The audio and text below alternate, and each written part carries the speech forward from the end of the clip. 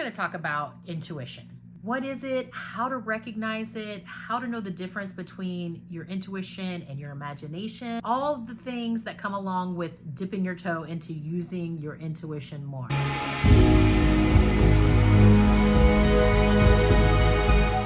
Hey there, it's Wendi, your spiritual BFF. Welcome back to my channel. So today we're going to talk all things intuition. So let's just jump right to it. What is intuition? When you start looking into spirituality, first thing you're going to hear is about intuition. Trust your intuition, use your intuition. And you're probably sitting there going, what is intuition? I don't even know if I have it. Let me assure you, you do. But it can be a little bit tricky in our world today with all the noise, all the busyness going around, or even within ourselves with our monkey mind, and we have 1,000 things to do. But I want to talk to you today and give you a few tips and tricks on how to start recognizing, using, and understanding the difference between your imagination and intuition. So first thing, when you hear about intuition, just to get us on the same page, do you know, like when you're driving down the street and you kind of get that feeling on the inside that says, hey, wait, slow down, or turn left here, turn right there? That is your intuition. It's that little voice inside.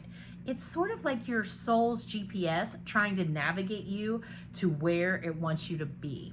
And I know you're saying, okay, well, how do I tap into it more? So the first way to tune in to your intuition is practice at home. Just trying to quiet your mind. And it doesn't have to be some long, extensive process. Just start by listening to yourself. Start asking questions. Say, my name is Wendi. See what that feels like inside. Does that feel true? Of course, for me, it's true. But that's how you're going to start testing out your intuition.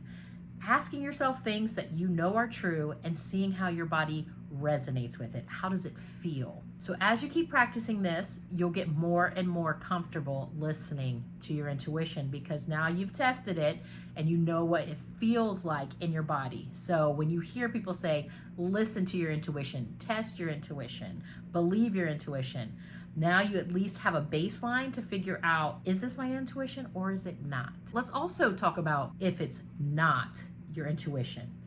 Now, or if you're getting some physical sensations, and to that point, listening to your body. So your intuition often speaks to you through physical sensations, like I was just saying, as far as asking your questions to yourself and seeing how you feel.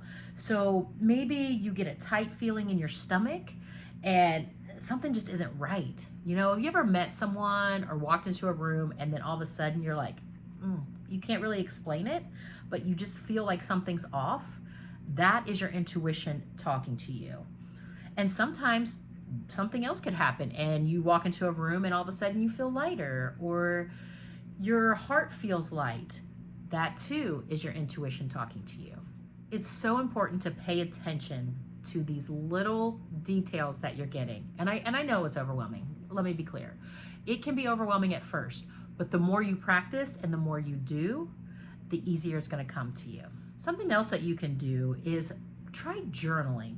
Now, I'm not one who's going to spend hours and hours writing in a journal. If that's you, great. But for me, I just can't do it. I can do small bits of time. And again, as you're going to hear me say throughout all my videos, it's not the time, it's the intention you're putting towards it. So if you can only spend a few minutes a day doing these tips, tricks, and tests, start there and go wherever feels right for you. So when you're writing in your journal, just sit there and write down your ideas and thoughts and feelings of the day. It's just that simple. Writing can help you really connect with your inner voice and reveal insights that you may have missed. Because if you're just sitting there at the end of the day, journaling about what happened, you'll be surprised at what you may remember, or your body may send you signals that you're writing. So just be patient with yourself and just try this free writing just for a few minutes each day, whether it's after dinner or before bed, whatever works in your schedule. Now let's talk about the difference between intuition and imagination. Right? Your imagination is creative and playful and often leads you to explore possibilities and dream up new ideas, Where your intuition, on the other hand, it feels more like a deep knowing.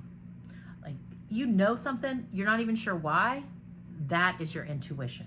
Now you may say, Wendy, I get that, but sometimes my brain will start talking, or I'm not sure if it's my brain or my ego or my intuition. So my tip here for you is intuition is a calm, deep voice.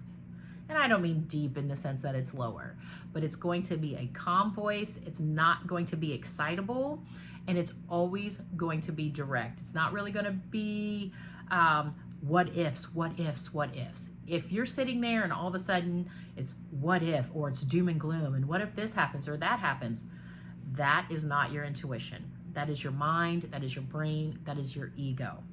So you want to move that aside and sit with your body and feel what intuition is trying to say to you.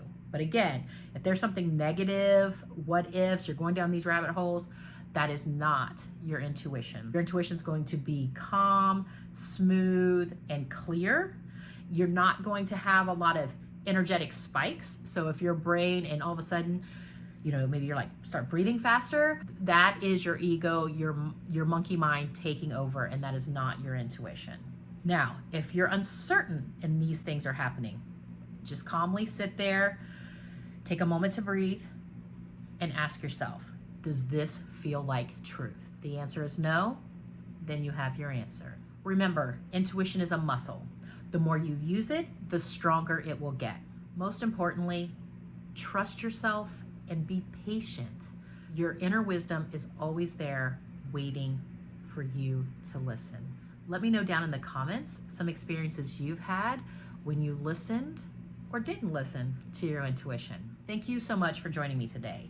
I hope these tips help you connect more with your intuition and live a more aligned life. If you enjoyed this video, don't forget to hit the thumbs up, as well as subscribe and hit the bell notification to get notified of all my future uploads. Until next time, trust your inner wisdom and be patient with yourself.